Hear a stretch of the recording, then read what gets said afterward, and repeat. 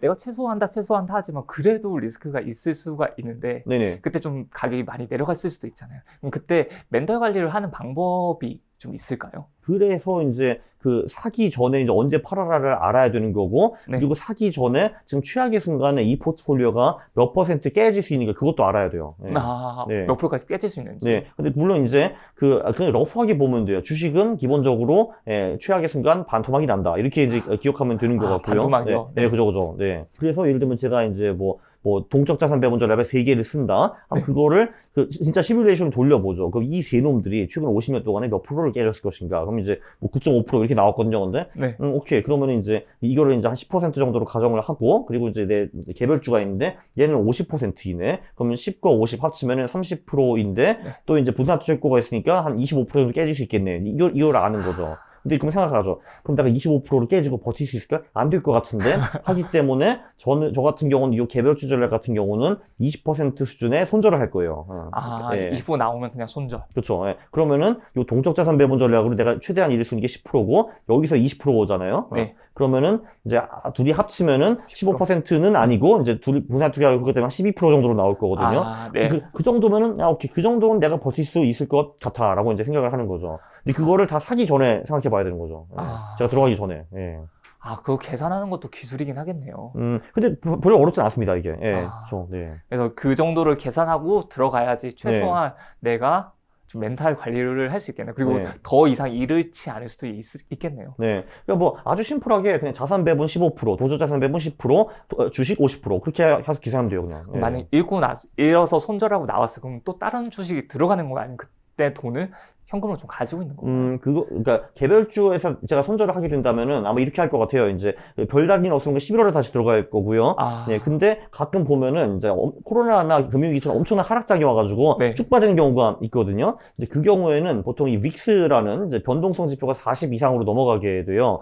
제가 한번 계산을 해보니까 그 윅스라는 놈이 40에 넘어간 다음에 그 한 달 정도 쉬었다가 들어가면은 그 수익이 날 가능성이 매우 높더라고요. 그래서 이제 두 개 시나리오가 있죠. 오케이, 내가 손절을 했어요. 근데 손절할 때 주식이 찔끔 빠져가지고 손절했을 가능성도 있죠. 그때는 그냥 이제 샹 하고 11월에 들어갈 거고, 근데 아니면 이제 축 이런 게 있을 수가 있잖아요. 그렇죠. 쭉 내려갔을 수도 있죠. 쭉 내려갈 때는 윅스가 무조건 40으로 치솟게 돼 있거든요. 그게. 그러면은 그 40을 치놓는 그날이 예를 들면 뭐 2월 28일이다 하면은 한 달 기다렸다가 3월 28일 날 다시 들어가는 거죠. 5월까지 기다리는 게 아니라 11월까지 기다리는 게 아니라 그때까지. 그거를 제가 2020년에 했어요. 그런 비슷한 식으로. 20년 3월에 제가 손절 한번 했거든요. 전체 포트폴리오 그때 한번 날렸거든요. 그래서 그때 팬데믹이 났을 때 말씀하시는 거죠? 코로나 때요. 코로나 때. 그렇죠. 그때는 제가 믹스라는 지표를 모르고 좀 딴 거를 썼었는데 뭐 그런 비슷한 논리로 제가 이제 최저점 후 2달 후에 들어갔었어요. 또 수익 많이 얻으셨겠네요. 그때 들어갔을 때가 1,700원 전이었기 때문에, 그래서 제가 이제 최저점은 제가 터치를 못했고요, 당연히. 최저점이 1,400 얼마니까. 그거는 못했지만, 1,700 정도니까 뭐 나쁘진 않았죠, 그죠? 바닥을 잡는 건 쉽지 않은 거죠. 그렇죠. 그래서 사실 그 무릎에 사서 어깨에 팔라는 게 그게 굉장히 뼈대가 있는 속담입니다. 그래서 저는 그래도 허벅지 정도는 잡아다고 생각해요. 그 정도면 진짜 너무 잘 잡으신 것 같습니다. 보통 우리가 자산 배분이라는 게 주식류, 채권류, 실물 자산류 이렇게 세 개를 나누거든요. 그 세 개에 나눠 투자하면은 그 세상에 어떤 일이 생겨도 사실 잘 안 망해요. 예를 들면 요즘 같은 경우는 주식이 많이 빠지고 하는데 대신 금이 지금 오르고 있거든요. 근데 그 이유는 이제 주식이 빠진 이유가 이제 뭐 제가 대충 듣기로는 뭐 금리도 오르고 뭐 인플레이션이 어쩌고 저쩌고 하는데, 근데 인플레이션이 오르면은 돈값이 떨어지니까 금값이 오르게 돼 있거든요. 그래서 그런 식으로 자산 배분을 하는 것이 특히 초보자한테, 그러니까 투자를 잘 모르는 사람한테는 가장 안전한 투자입니다.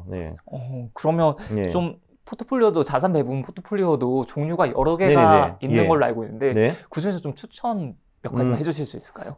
그래서 사실 그 비중에 대해서도 굉장히 많은 이론들이 있습니다. 도대체 뭐 주식 비중은 얼마라고 채권 얼마라고 하는데 그거 잘 모르겠으면 다 똑같이 가면 됩니다.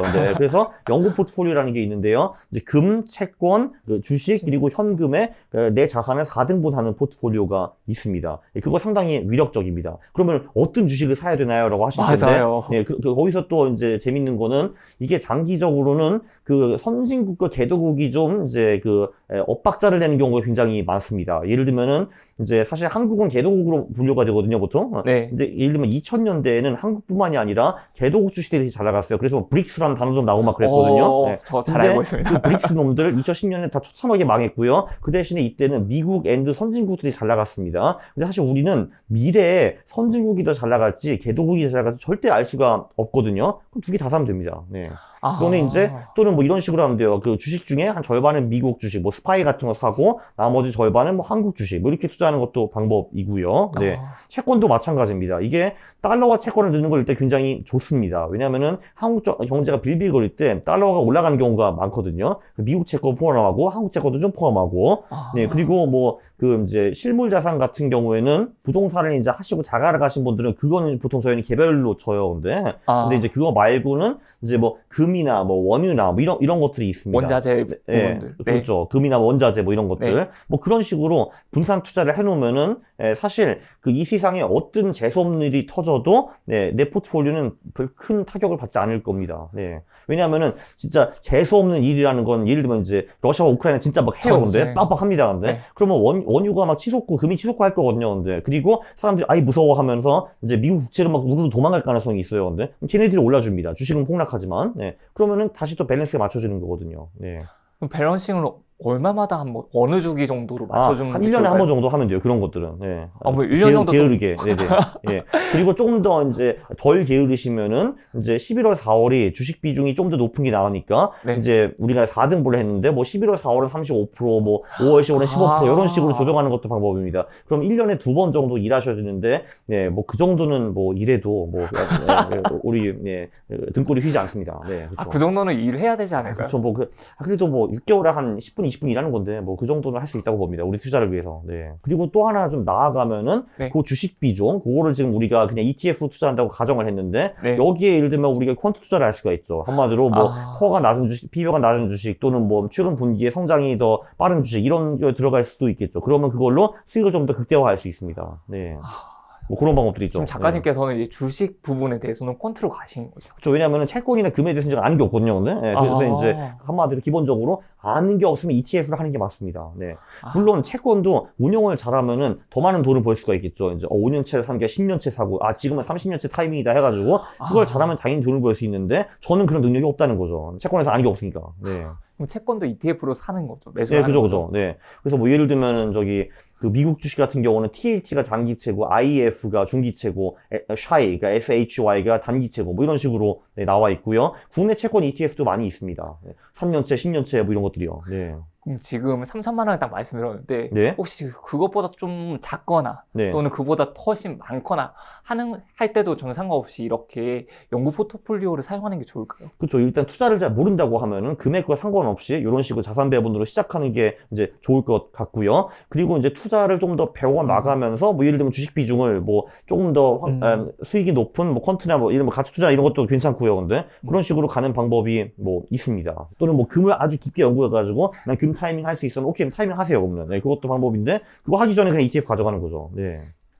혹시 현금 비중도 있었는데 그 네. 현금은 원화로 가지고 있어야 되나요? 아니면 달러로 갖고 있는 게 그것도 좋은가요? 그냥 둘 다 비중하는 반반으로 하는 게 좋다고 저는 생각을 하는데요. 네. 예. 그럼 진짜 안전하겠네요. 네. 반반이니까 오르거나 내리거나 해도 어디서나 다 커버를 할 수가 있겠네요. 그렇죠. 예를 들면 이제 달러가 있으면은 이제 진짜 또 뭐 어디서 전쟁이 터지고 또 저기서 또 이제 공급만 막히고 하여서 죽었다 뭐 이렇게 나와가지고 한국 경제 박살나고 하면은 그럼 보통 이제 원화가 떨어지고 달러가 올라가게 되거든요. 그럼 그걸로 버는 거예요, 이제. 네. 그래서 이 자산 배분을 할 때 예측이 크게 별로 필요 없습니다. 물론 이런 시나리오로 가능하죠. 이 전쟁 얘기 다 이제 해결되고 공급망 문제 다 해결돼가지고 한국 수출 빵빵 들고 이제 한국 주식이 엄청나게 잘 나갑니다. 근데 그것도 좋아요. 그걸로 벌면 돼요, 이제 그러면. 보통 그러면 세계 경기가 좋다는 거기 때문에 주식이 빵빵 잘 나갈 겁니다. 그걸로 돈을 벌면 됩니다, 또 그러면. 그때는 보통 또 채권이나 금이 또 잘 나갈 가능성이 높거든요, 그게. 네. 그러면 거기선 좀 잃고. 네. 근데 이게 다 우상향하는 자산군이기 때문에 결론적으로는 이제 이게 우상향합니다, 이렇게. 네.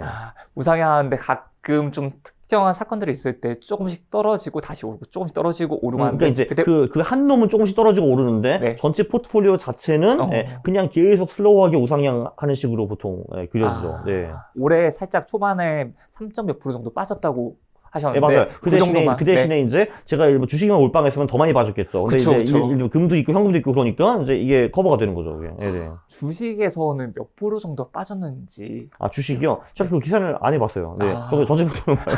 네네. 전자 토탈로 보셨으니까. 그래도 제 생각에는 그래도 한 10% 이상 빠지지 않았을까요, 근데? 네, 네. 근데 그건 제 추측이에요. 안 봤어요. 그거 안 봤어요. 지금 금리 위기가 오고 있다는 말들이 많이 들리는데 네. 퀀트 투자가 지금도 유효하다고 보실까요? 당연하죠. 왜냐면은 특히 자산 배분 같은 경우는 금리가 올라가면은 거기서 득을 보는 자산들이 또 있거든요.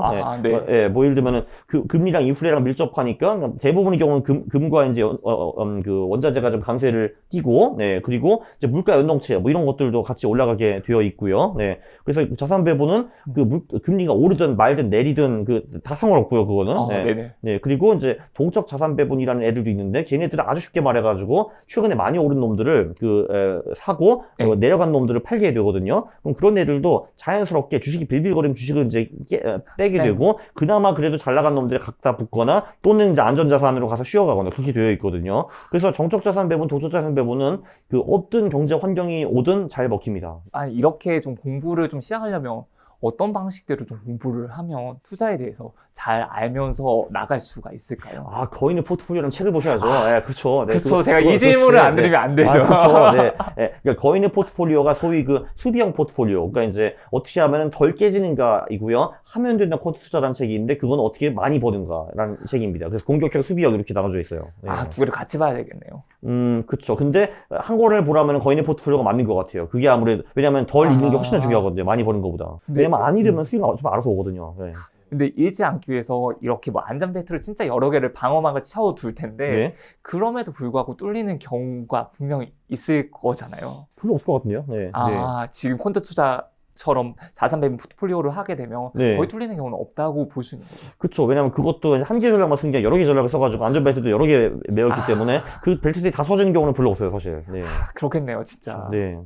이렇게 항상 내가 하나만 딱 해놓으면 그렇게 좀 안전하지가 않을 수 있는데 상반되는 걸 각각 하고 있다 보니까 여기서 떨어지면 여기서 오를 수가 있고 여기서 오르면 여기서 내릴 수가 있는 그런 전략이다 보니까.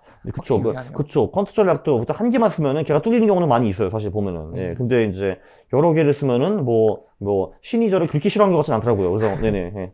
저놈 전략 5개 썼는데 한번 다 죽여보자. 그거는, 아직 못 봤어요. 네. 그리고 심지어 그런 상황이 와서 그럼 손절하면 돼요. 그냥 다 그냥. 나가면 돼요.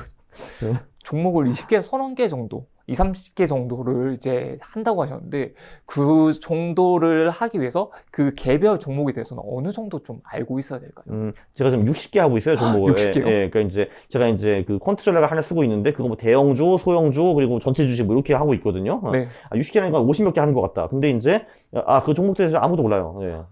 그 회사들이 뭐 하는지도 몰라요. 이름도 몰라요. PR, PBR. 그러니까 그 숫자만 보고 그 숫자에 맞는 거를 하는 거죠. 그러니까 그거는 한마디로 이제 보험사가 하는 건 똑같다고 보면 돼요. 보험사도 이제 보험 계약을 체결할 때 이 아저씨가 뭐 하는 사람인지 모르잖아요, 사실은. 그 사람의 데이터, 그러니까 몇 살이고 이제 질병이 있었나, 뭐 성별 이런 거 보고서 보험료를 측정하는 건데 똑같다고 보시면 돼요, 그냥. 그러니까 우리 고객을 내가 굳이 알 필요는 없어요.